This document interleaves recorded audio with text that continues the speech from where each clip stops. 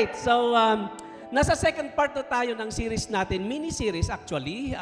It's all about honoring God. The 5 T's of, anong tawag natin doon? Nalimutan ko tuloy yung word. Yung word. Okay, anyway. So, and I call this, yung title ng message natin ay, You Have a Story to Tell.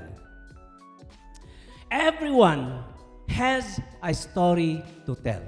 The question is, maganda ba yung storya mo? Di ba? Okay ba yung storya mo? When people listen to your life story, when people look at your life, ano yung story mo? Are you a good storyteller? Okay? So today we're going to talk about evangelism actually. Ang layo, parang layo, no? Story pagkatapos evangelism. Pero it connects. Okay? But we're going to focus more on the testimony we have as disciples of Jesus Christ. Yung testimony natin, yung pag-usapan natin. Remember, our definition of a disciple, ano yung definition natin ng disciple? 3 things, hindi ba? Paulit-ulit nating babanggitin ito throughout sa buhay nating, dito sa encounter, as long as you are nandito ka sa encounter, paulit-ulit nating babanggitin yung definition na yan. Because it really talks about kung ano yung buhay ng bawat isa sa atin, hindi ba? 3 things. Ang sabi niya, a disciple is someone who knows and follows Jesus Christ. Are you following Jesus Christ? Do you know Jesus Christ sa buhay mo? Pangalawa, huwag natin kalimutan, someone who is chains. You cannot be a disciple without chains. Alright? You cannot be a Christian without chains. You cannot be here at encounter, lagyan natin ng konting twist, You cannot be here at encounter without being chains. Paglabas mo ng encounter, walang change sa buhay mo, there is something wrong. Hindi ba? There is something wrong. And then pangatlong, sabi niya, we don't stop by being changed dahil napakaraming there are so many good Christians, pero they remain good. Right? Naalala ko pa nung bata ko, meron kami yung maliit na church, siguro kasing lit lang yan. And then doon sa harap, merong mag-asawa. Okay? Nalimutan ko yung pangalan niya, batang-bata pa ako noon eh. Na doon lang yung kanilang upuan. They were good Christians. Okay? Doon ang kanilang upuan. Kung uupo ka sa kanilang upuan, paaalisin ka nun. Papagagalitan ka pa. Lalong-lalo na pagbata ka. Okay? Pagagalitan ka. They were good Christians. Pero the question is, are they committed to the mission of Jesus Christ? See, napakaraming mga good Christians, pero they are not committed to the mission of Jesus Christ. We have to complete the whole pie, hindi ba? Hindi lamang someone who knows Jesus Christ, hindi lamang changed by Jesus Christ, but someone who is committed to the mission of Jesus Christ. Remember Matthew chapter 28, yung Great Commission? And he said to them, all authority in heaven and on earth has been given to me, therefore, go and make disciples. Galing naman. I like that, di ba? Go and make disciples. Pero kung babasahin natin ang verses 16 and 17, paulit-ulit kong sinasabi ito, basahin natin yung verse 16 and 17, when Jesus appeared to them, they worship Him. Pero verse 17 says, some doubted. Kasi there are 2 Christians, there are 2 disciples, sa buhay ni Jesus Christ. Someone who follows and committed to the mission of Jesus Christ, but the other one is someone who just, enjoys being with Jesus Christ. Doing nothing, just enjoying. Maraming mga Kristiyanong ganito. Okay? So, huwag natin, sana i-memorize natin yung definition na ito, Because magiging part yan ng buhay natin bilang mga Kristiyano. Okay? Someone who follows Jesus Christ, someone who is changed by Jesus Christ and committed to the mission of Jesus Christ. So, this is the second T about honoring God. Yung una, yung Pastor Harvey talked about last Sunday wala kayo, kung wala kayong, nakapost ba? Okay, nandun sa group chat natin, you can listen to the message again so that you can know kung ano yung pinag-usapan natin last Sunday. Okay? So today, we're going to talk about the testimony. Ano yung testimony? You have the story to tell. Meron tayong story. Bawat Kristiyano, merong storya yan. But before going further, let me tell you that many Christians are afraid and even ashamed to tell about Jesus Christ with or to their friends or family members or yung mga kaklase nila at kanilang mga kasama sa work. Bakit kaya? Bakit kaya takot na takot tayong magsabi tungkol kay Jesus Christ? Pero pagdating sa social media natin, very active naman tayo sa ating mga conversations with regard to social issues. Di ba? You know? Di ba? Sometimes nakikita ko yung mga post natin kung minsan hindi ba? Active na active tayo. Pag merong mga theological issues, yan, nandyan tayo na nakakabat-it kagad. Merong mga issues sa buhay ng may buhay, nandun tayo. Sige, girl, go. Maganon pa tayo, di ba? You know, ang dami nating mga reactions, ang dami nating mga comments, but when we talk about sharing the good news of Jesus Christ, of salvation, nasan tayo? Right? Di ba ito yung good news? Di ba Jesus Christ is the good news? Pero bakit natin pinababayaan na hindi lumalabas sa mga bunganga natin about the good news? Nothing good sometimes comes out of our social media and sometimes even sa ating mga bunganga. So, bakit kaya? Well, etong isang rason siguro. They think, not siguro, but you know, I have heard it many times. They think that they are not qualified to share the gospel because they are not formally educated with theology. You know, ang rason natin, hindi naman ako nag-aral sa PCM, hindi kagaya ni Rurens, ang galing magsalita ngayon, you know. Pero nung una, hindi makapagsalita yan, di ba? Sa harap. You know, si Cynthia, you know, naka-smile na mula dito hanggang doon, pero wala pang lumalabas sa kanyang bunganga. You know, pero ngayon, pwede nang magsalita sa harap, di ba? You know, I am not trained theologically. Therefore, I am not qualified to share the good news of Jesus Christ. That's one reason. You know, that is a lame excuse actually. Napaka-lame na excuse. Many also think that they are not mature enough. You know? Parang, wala eh. Hindi ko pa naalis yung bisyo ko eh. Hindi ko pa, you know, meron pa akong gustong alisin sa buhay, baguhin sa buhay ko. Kaya, you know, I'm not qualified to share the good news of Jesus Christ. Tama? Nasaan kayo doon? Nasaan kaya tayo doon? And lastly, some people say they have sins, they are struggling with sins, and there are sins that are preventing them to become effective witness of Jesus Christ. Nasaan tayo doon? Tama? So the moment, let me tell you this morning, the moment you receive salvation from God, you have become a witness for God.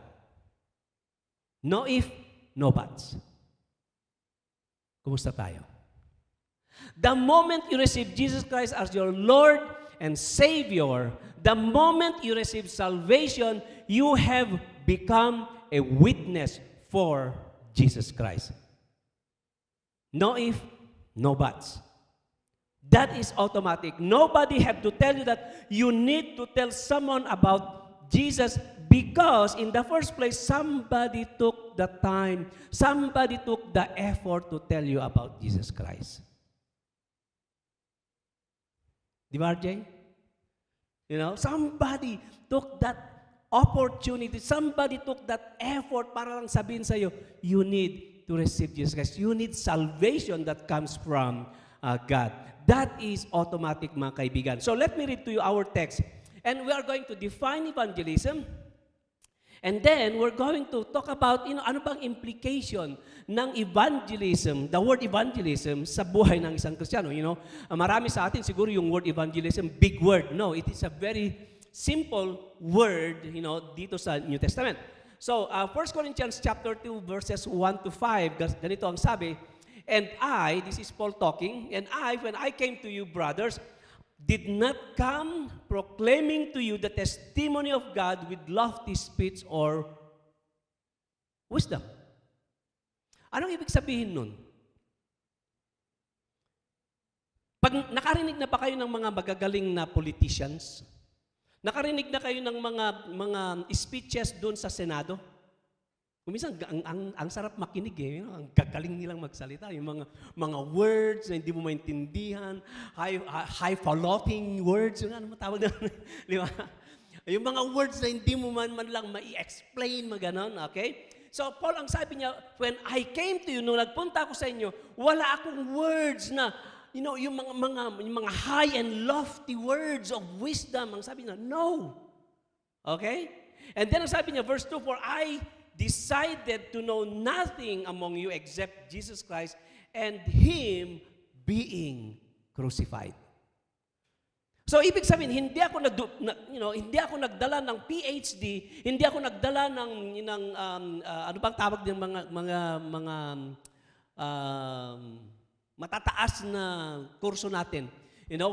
PhD, doctorate, hindi ako nagdala ng maraming mga libro, and tell you about the salvation of Jesus Christ. Hindi ko ginamit yon, ang sabi ni Paul. Okay? But Him who is crucified alone. And I was with you in weakness. I like that. Bakit kaya? Sinabi ni Paul yon. Kasi ganito yon. What happens, okay? Hinahangaan mo si Lawrence, for example. Wow, si Lawrence, bagong Kristiyano, pero yung kanyang growth, hinahangaan mo, right? Pero ano kaya kung nakita mo, uy, meron pala siyang weakness. Ayoko na. Yay. Ano itong napasok ko?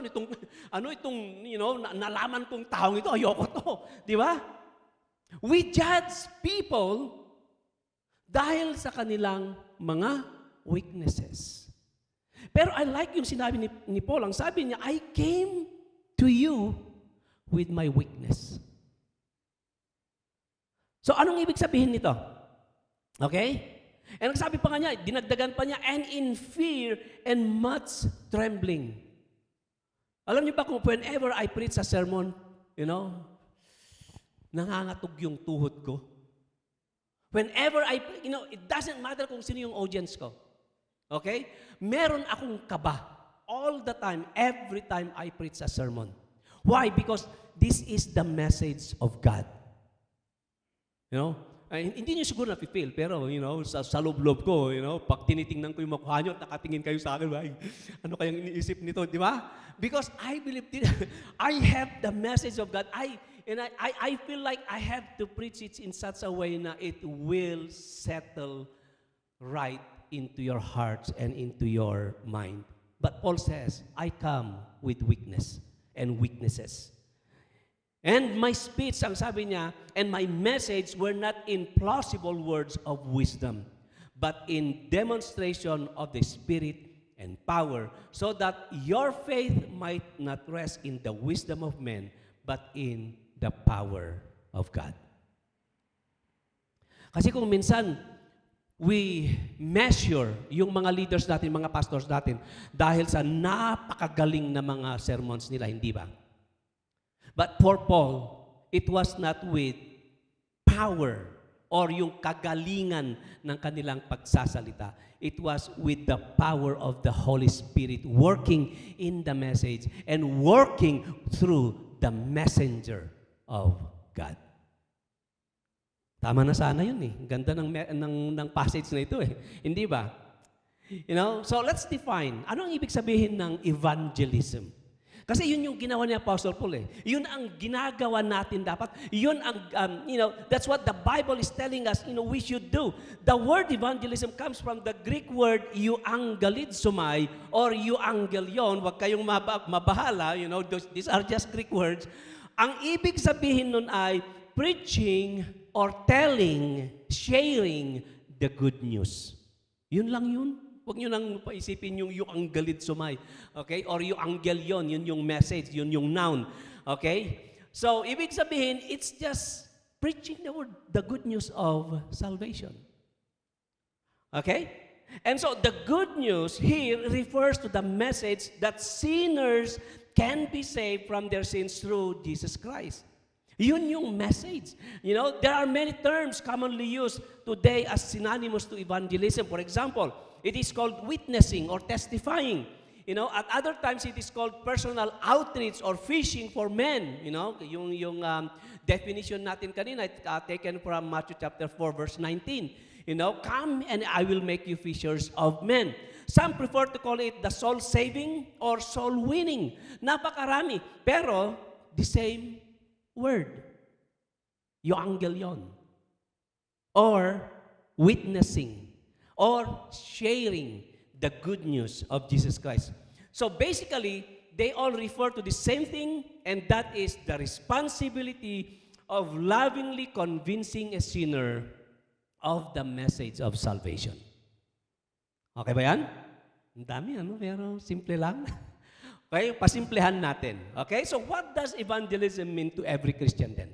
Anong ibig sabihin? Ano ang implication ng evangelism sa buhay mo bilang Kristiyano? Yun ang point You know, wag nating isipin na kailangang mag-aral ako sa seminary or mag-aral ako sa PCM. No. You know, ang point natin dito is how can I apply this simple message of God so that I can be of use sa kaharian ng Diyos. So let us analyze the definition in line with our text. That we're going to look at yung implication of evangelism with regards to the yun yung word na hinahanap ko kanina, stewardship of our life testimony. So, nandun yun 5 T's of stewardship. Yung una, treasure. Pangalawa ay testimony.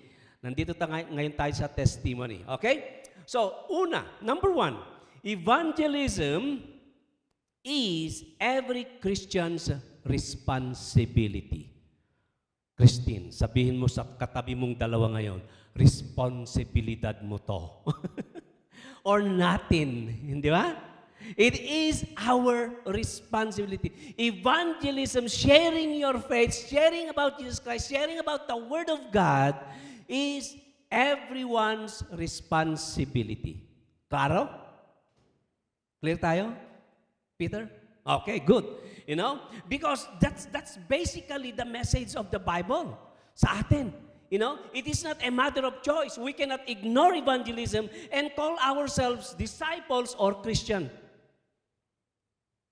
Okay? Pag sinabi mong Kristiyano ka, pag sinabi mong nagpupunta ako sa encounter, pag sinabi mong nagbabasa ka ng Bible, then therefore, you are part of the mission of Jesus Christ.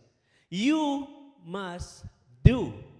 You must be part of that evangelism process na sinasabi ng salita ng Diyos. Okay? Many Christians think of evangelism in terms of special campaigns and organized by the church. Ewan ko sa inyo, pero naranasan ko na yung, alam niyo yung mga, tinatawag nila doon, yung pupunta kayo sa plaza, napakaraming mga sound system, lightings, evangelistic crusade. I've experienced those. Nung una, meron pa kami yung, tawag nito, sorry we're going down the memory lane dito. Okay? Yung projector, hindi yung projector ngayon na ginagamit natin ngayon. High-tech yun. Okay? Yung projector namin, yung merong film, dalawang ganyan yan, pero portable. Nagpupunta kami sa Ilocos, sa lugar ni na Star. Nagpupunta kami noon sa Galimuyod, sa mga ganon. So, sa Abra, and yung mga liblib na lugar. I-set up namin yung projector, ilalagay namin yung telang puti, and then meron kaming trompa, and then, inaantinayahan namin kayo na pupunta sa plaza ng ganitong oras para manood ng Jesus movie. Wow! Ano naman yun? Jesus movie. Wala lang. Film lang about Jesus Christ. Napaka-boring actually. Yes. Napaka-boring. Dalawang reel. Ito pa ang ibig sabihin ng reel noon at saka reel ngayon ay magkaiba. Ang reel noon ay yung ano ba yung tawag doon? Yung plastic na film na inire-reel mo doon sa round na ganun. At ilalagay mo sa projector, ilalagay mo ganun. And then ipo-project mo doon sa tela. Yun ang reel. Ang reel ngayon ay ibang-iba. Yan, reel sa Facebook, reel sa Instagram, mga ganun. So anyway, the point is, yung mga tao, they would come.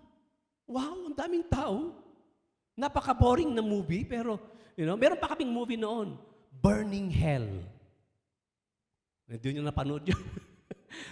Matanda na. Okay. Burning Hell, mga ganun. So, they would come and in between reels, okay? Nakuha nyo na yung ibig sabihin ng reel. In between reels, magsesermon ako. Okay? I would speak about how to receive Jesus Christ, about sin, about hell, about anything. And then I would invite people to come forward.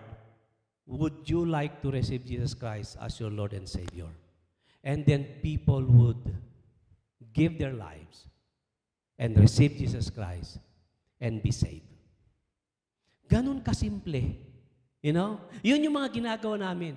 We could spend, 10 pesos or even sometimes we have experienced spending 100,000 pesos just to have yung tinatawag nating outdoor evangelism. Okay? We are not talking about those. Claro? Okay? We are not talking about those. Yes, they are part of evangelism process. Yes, they are part of evangelism way so that we can get people to receive Jesus Christ. But, some people even, ginagawa din namin ito, door-to-door distribution of tracts, or standing by the street and talking to people about Jesus Christ. Or, nagawa din namin dyan sa Burnham. Every Saturday morning, we would go there. And then, we would pass out tracts and talk to people, alam mo ba na ganito ang sabi ng Bible? Nakakahiya kaya.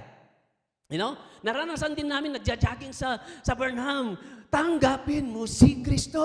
Tanggapin mo si Kristo. Para ka ay tuminom. Next week, pwede. Okay? Ginawa din namin yon. Evangelism, process or evangelism methods na ginagawa. Okay, si Jasmine ang mangunguna niyan. Okay? So the point is, those are evangelism methods, but they are not evangelism per se. Okay? And sometimes, as long as we partake of those events, we feel like we are okay. Hindi ba? Nagawa ko na ang responsibilidad ko. We've done our part. Goodbye, kumbaya. I'm good. Di ba? I'm a good Christian pag ginawa natin yon. That is far from truth, mga kaibigan. Acts chapter 8 verse 4 tells us that the early Christians preached the word wherever they went. So, nagbakasyon kayo last week. To whom did you share the good news of Jesus Christ? Yun ang ibig sabihin nito. They preached the word wherever they went. Hindi yung nag-organize sila ng evangelistic crusade and then they went and preached the word. No, they preached the word wherever they went. That is the essence of the Great Commission. So evangelism, therefore, is a lifestyle. It is a way of life. Para bang nakaupo ka lang sa bus, nagkaigihan kayo ng kaibigan, ng katabi mo, taga saan ka? Well, taga Nueva Vizcaya. Taga Nueva Vizcaya din ako. Taga saan? Solano. Solano din ako. Alam mo ba, nag-aaral ako sa Baguio? Alam mo ba, nagpupunta ako ng encounter? And then you begin to share a verse or two. And you begin to pray for that person. That, basically, is a lifestyle evangelism. Right? Or maybe yung katabi mo sa kaklase. Wala lang. Nangopya ka lang ng konti. Uy, thank you Alam mo, wag naman ganon, okay? So, it's a lifestyle evangelism. Our responsibility is to be ready to share the gospel whenever God gives you the opportunity. Listen to what Peter says. Ang sabi niya, but in your hearts, I should say, honor Christ the Lord as holy, Always being prepared to make a defense to anyone who asks you for a reason for the hope that is in you. Yet do it with gentleness and respect. Ano sabi na doon? Be ready to give an answer. So the question is, pag may nagtanong sa'yo, Kristiyano ka? Do you have an answer? Do you have a ready answer? Masakit pag wala, no? So how to be ready? First, you must identify yourself with Christ. Know that you are a representative of Jesus Christ with or to your friends. Pangalawa, how to be ready? You must do it.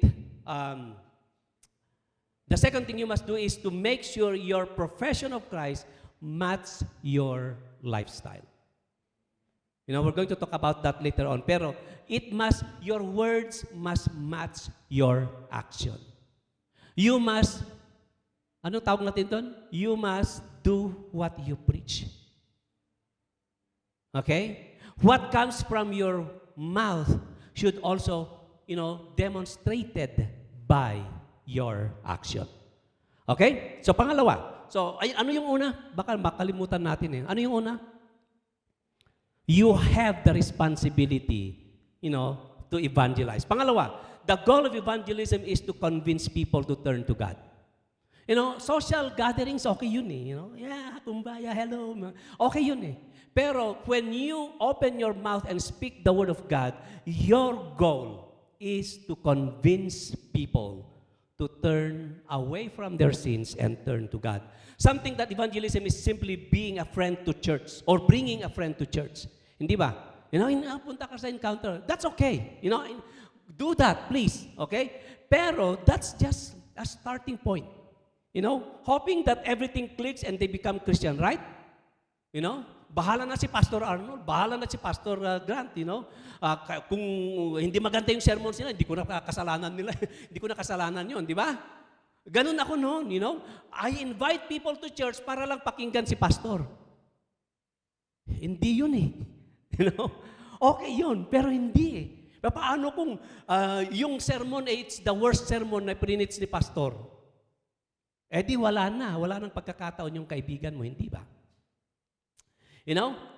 Evangelism is far more than that. It means taking the initiative to share the gospel with your friend personally. I say personally. Because you will be the bridge between your friend and God. It's not the sermon on Sundays. Okay? Paul tells us that we are ambassadors for Christ, God making His appeal through us. So ang sabi ni Paul, we implore you on behalf of Christ, be reconciled to God. You are the agent of reconciliation, mga kaibigan. In evangelism, God uses us to speak to people on His behalf. Sermons on Sundays are good. Bible study lessons are okay. Small group sharings are fantastic, but it will take someone who deeply cares to solidify those messages in the heart of your friends. It takes you to evangelize. It's not the sermon. It takes you personally. The best way is still for us to personally communicate the message of God to our friends rather than to depend on what they hear on Sunday. Alam niyo bakit? Ilang oras tayo nandito? Kung nandito ka by 9, by 11 tapos na tayo, hindi ba? 2 hours. Ilang oras yung sermon? Ilang minutes yung sermon? 30, pag ginanahan si pastor, 45, di ba? Di ba? 30 minutes. So, do you think that 30-minute sermon will make a difference sa buhay ng isang tao? Maybe. But, when you follow up on that friend na in-invite mo dito, it will make a difference for a lifetime. See, it takes someone who cares, basically. Okay? Number 3, the message of evangelism is salvation through Jesus Christ. Narinig na ba na pag hindi ka papasok sa church namin, wala kang kaligtasan dahil kami lang ang totoo? Di ba? Narinig niyo na yan? Delikado yan. So the message of evangelism is salvation through Jesus Christ. Jesus Christ is the focal point of our message.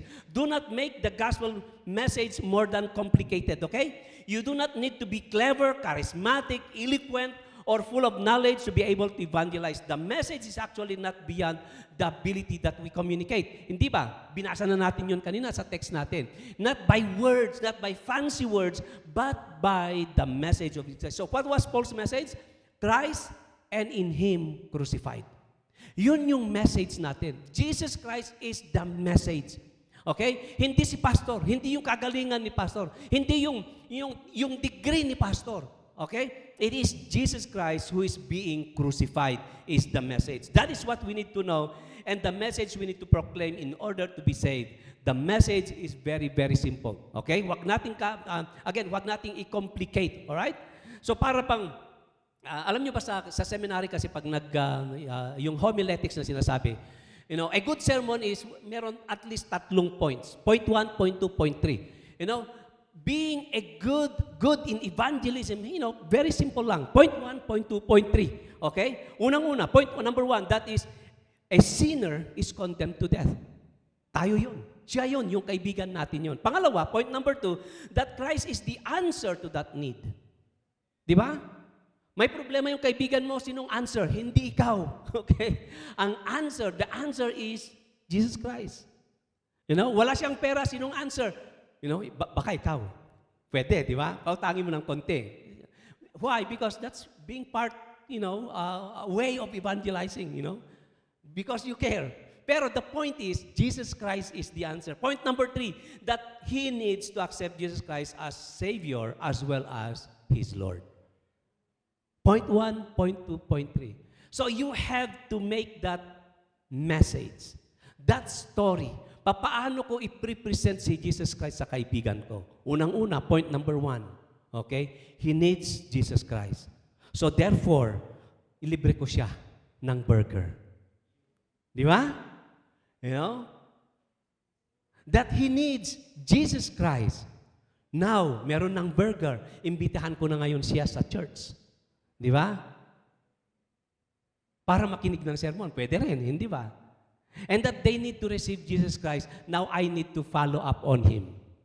Paano ko gagawin? I need to visit Him, I need to bring other friends para magkaroon pa siya ng mas maraming kaibigan. Point 1, point 2, point 3. It is very, very simple. You have to create that if you are serious in sharing the good news of Jesus Christ. Okay? The gospel message is very, very simple, but we must remember not to oversimplify it.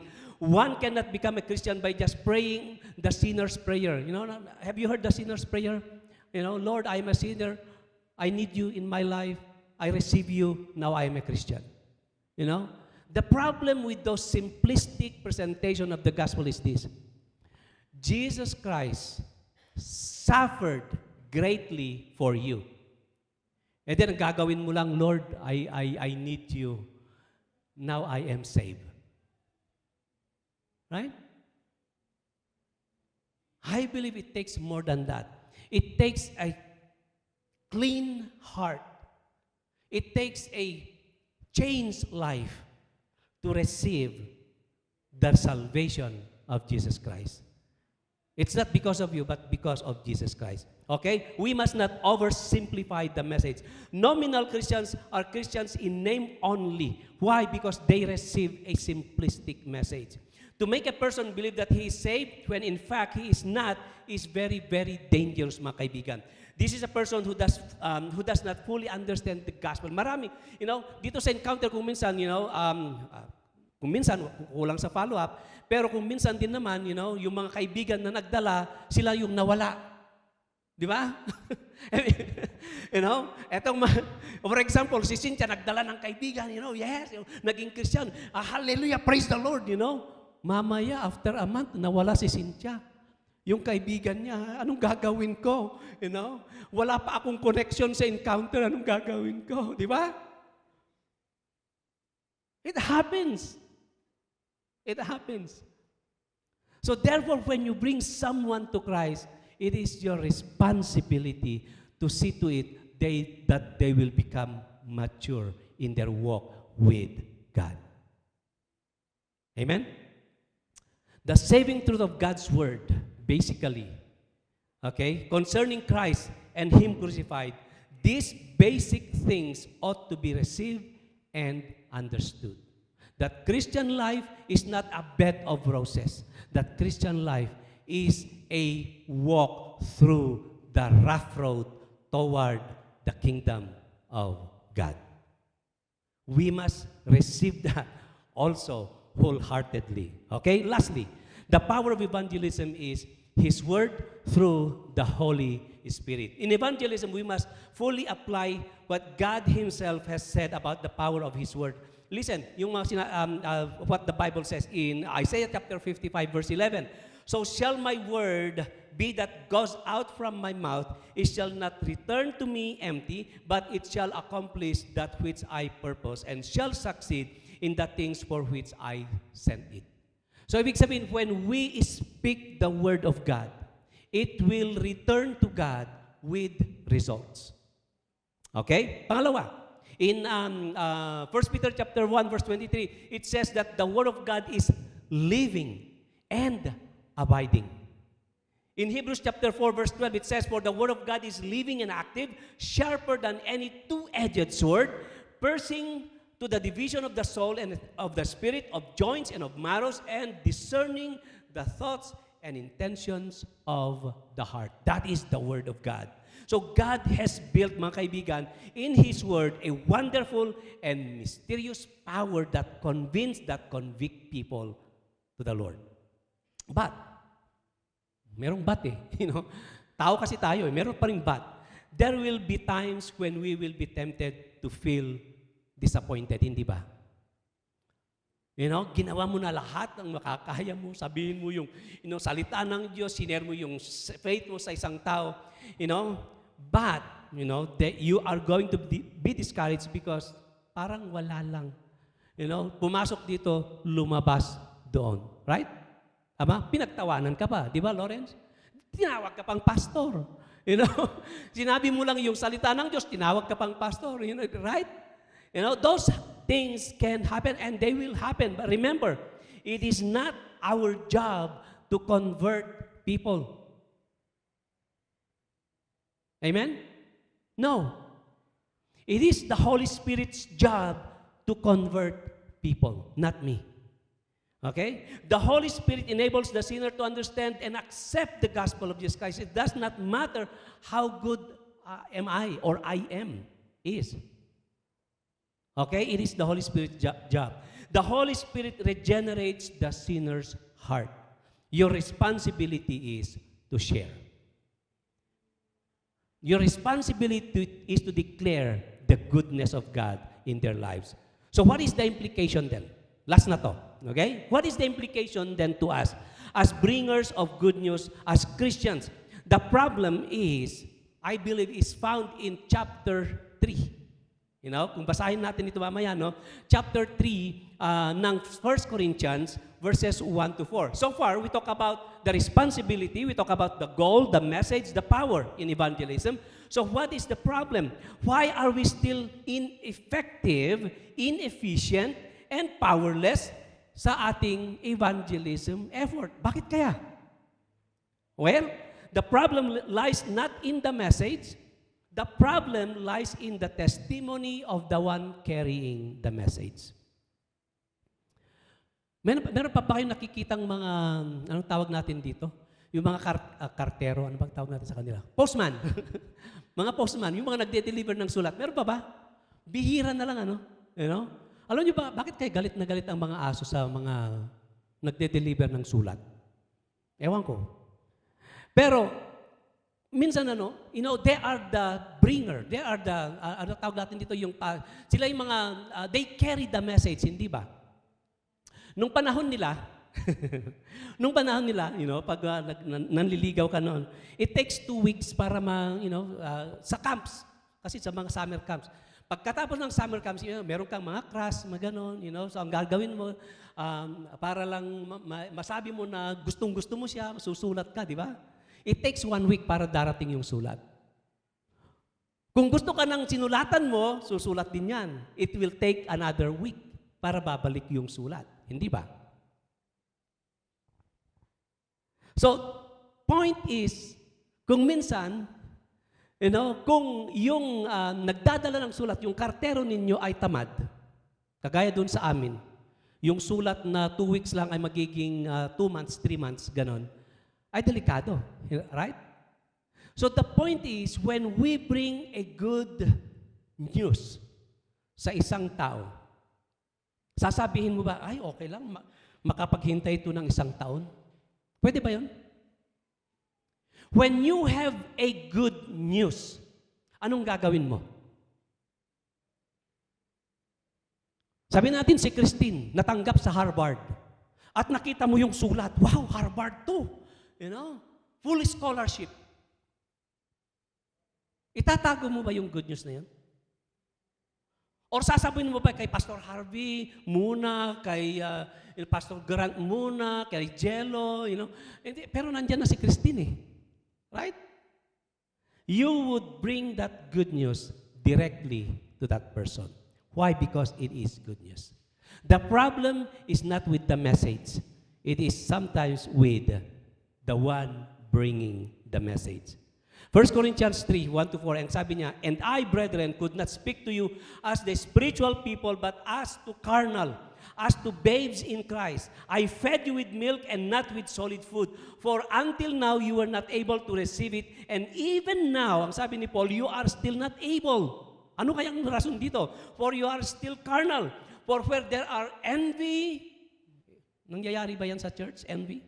"Where there are strife," nangyayari ba yan sa church? Yes. "And division among you, you are not carnal and are you not carnal and behaving like mere men? For when one says, I am for Paul, and another I am of Apollos, are you not carnal?" So the question or the problem with us is there is still carnality in us. Remember yung cycle natin sa mga going through sa relational discipleship? Ano yung una doon? Dead, infant, child. We cannot bring the message of salvation when we remain a child, when we remain an infant. A carnal Christian, according to Paul, is one who is ruled by the flesh. Ibig sabihin yung mga pita ng laman, ang ibig sabihin nito, we cannot bring the good news when we are going back to the old life na meron tayo. Okay? A carnal Christian, according to Paul, is someone who is abnormally immature. A carnal Christian, according to Paul, is someone who is humanly self-centered and spiritual babies who refuse to grow. Maraming mga members ng mga churches, sa lahat ng dako, when they don't like, di ba, nagkaroon na pa ng sa social media, right? Ano yung nangyari doon? Yung pastora na nagsabi na kung ano-ano, di ba? And we blame her. Pero in reality, it's the truth. Hindi ba? When we don't like someone in the church, anong gagawin natin? We leave. Why? Because there is carnality in us. And it prevents our witness, our testimony to be heard by other people. Why? Because you yourself is carnal. Ano ang rason? The cause is spiritual stagnation and spiritual deadness. Anong ibig sabihin ng spiritual stagnation? It happens when we neglect the responsibilities that comes with growth. Okay? Take for example, maglagay kayo ng isang balding tubig. Ilagay mo lang sa labas. Wait for 1 week, wait for 1 month, wait for 2 months, 3 months, 1 year. Ano kaya mangyayari? What happens? Kakaroon ng dumi, kakaroon ng kiti-kiti, kakaroon ng moss, magkakaroon ng lumot, magkakaroon ng, napakarumi, and it will be unuseful. Hindi ba? That's what happens to a Christian who refuses to grow. Stagnation. You stop praying, you stop reading your Bible, you stop going to church, you stop making fellowship, you stop making connection until you become stagnant and become unuseful. Spiritual deadness is when we look like we are saved, but we are not. We look like we are Christians, but we are lifeless. We do things Christians do, but God is not in it. Paul says, having the form of godliness, but denying its power. 1 Timothy chapter 3, verse 5. Ang tawag natin dito ay Tupperware na Kristiyano. Meaning plastic. Ibig sabihin, meron siya. They do things Christians do, pero wala ang Diyos sa kanilang buhay. Spiritual deadness. A good and effective witness, mga kaibigan, friends, is when the message and the messenger come along together. One of our favorite quote dito sa PCM, sa Encounter is, be careful how you live your life because you may be the only Bible people are reading around you. Diba? So we must be very careful because being a good witness means yung buhay niya, yung message niya, at saka yung messenger, they go together so that they can perform the goodness or the mission of Jesus Christ na ibinigay ng Diyos sa atin. So mga kaibigan, to close this message is called is a call to self-examination. I want you to examine yourself. How is your testimony among non-believers? How is your life? Paano ka ba magsalita sa mga kaibigan mo? How do you act sa mga kaibigan mo? From people inside the church, from people outside the church, how is your life? Do not be fooled by mere outward form. Do not assume that all is well. Lahat tayo, we go through seasons sa buhay natin. Sometimes, doon sa valley ng buhay natin. And sometimes, if we are not careful, we can be there for a long time. Ineffective, unproductive para sa ating Panginoon. Do not let the enemy deceive you by thinking everything is good when you know you are not. So kung merong isa o dalawa dito na, you need prayers, let the pastors know. Okay? Let the leaders know because we want you to be productive sa ating Panginoon. Make an honest assessment today. After that, create a story. Dahil yung mga valleys sa buhay natin, those could become your greatest story to tell other people. Di ba? Don't be discouraged kung nagkamali ka. That's part of being a human being. That's part of growing as a Christian. Don't let those mistakes define you. Let the cross of Christ define you. Okay ba yun? And then create that story. Dahil lahat tayo meron tayong mga stories. And tell your story, protect your story, and let your story grow. Amen ba? Let's all stand up and let us pray. Panginoong Diyos, you have called us, O Lord. You have saved us first and called us to become your mouthpieces. Panginoon, sa umagang ito, Lord, we may not realize but we are part of your mission. We are not just here to enjoy the fellowship. We are not just here to enjoy the company, O God, listening to your word, being by your feet. Lord, we are part of your mission. And God, our story, our life story, Panginoon, gawin mo sana, O Lord, to be our story. To tell other people how we have overcome temptations. To tell other people, O Lord, how we have received your salvation. Para sabihin sa mga kaibigan namin, Panginoon, kung paano kami naging strong sa aming pananampalataya sa iyo. This may be our simple story. But Lord, our goal is not just to tell the story. Our goal is to tell people that their story also matters. because they matter sa harapan ng aming Panginoong Yesus. Maraming salamat, O God. Sana, Panginoon, turuan mo kami to tell the story that you have created in our lives, that we can share also the good news of salvation sa aming mga kaibigan, sa aming family, sa aming mga kaklase, Panginoon, saan man kami pupunta. Maraming salamat, Panginoon. Thank you. In your name we pray. Amen. God bless you.